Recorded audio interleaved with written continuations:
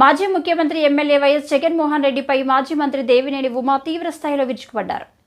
బుడమేరు పాపం గత ప్రభుత్వానిదే అంటూ విమర్శించారు. గురువారం మీడియాతో మాట్లాడుతూ బుడమేరు గేట్లు ఎత్తేశారా అని జగన్ అంటున్నారని, సీఎంగా ఎమ్మెల్యే ఎంపీగా పనిచేసిన జగన్ ఏదేదో మాట్లాడుతున్నారన్నారు. చంద్రబాబుకు మంచి పేరు వస్తుందని జగన్కు ఆందోళనగా ఉందన్నారు. విజయవాడ నగరంలో పట్టుమని కొన్ని నిమిషాల్లోనే ఓదార్పు కార్యక్రమాలు చేసి పనిచేసే ప్రభుత్వం మీద విషం జిమ్మే కార్యక్రమాన్ని ఒక యంత్రాంగానికి ధైర్యం చెప్పి, ప్రజలకి ధైర్యం చెప్పి పరిగెత్తిస్తూ ఉన్న ముఖ్యమంత్రి మీద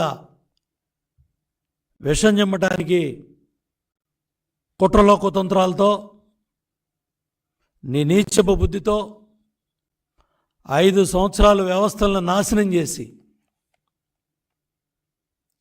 బుడమేరు డైవర్షన్ ఛానల్కి 37,555 క్యూసిక్ల వరద ప్రవాహాన్ని కృష్ణానదికి తరలించటానికి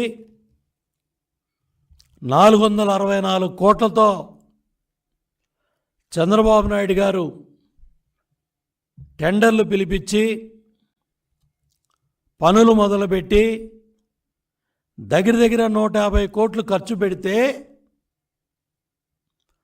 5 సంవత్సరాల జగన్ రెడ్డి పరిపాలనలో, వైసీపీ ప్రభుత్వ పరిపాలనలో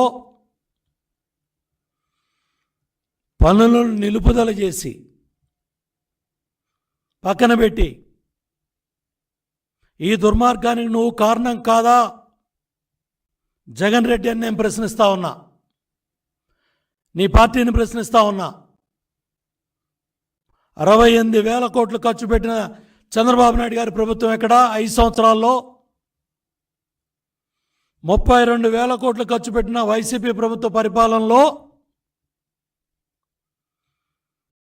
డైవర్షన్ ఛానల్ పనుల్ని ఎందుకు నిలుపుదల చేశావు? ఎందుకు పనులు ఆపేశావు?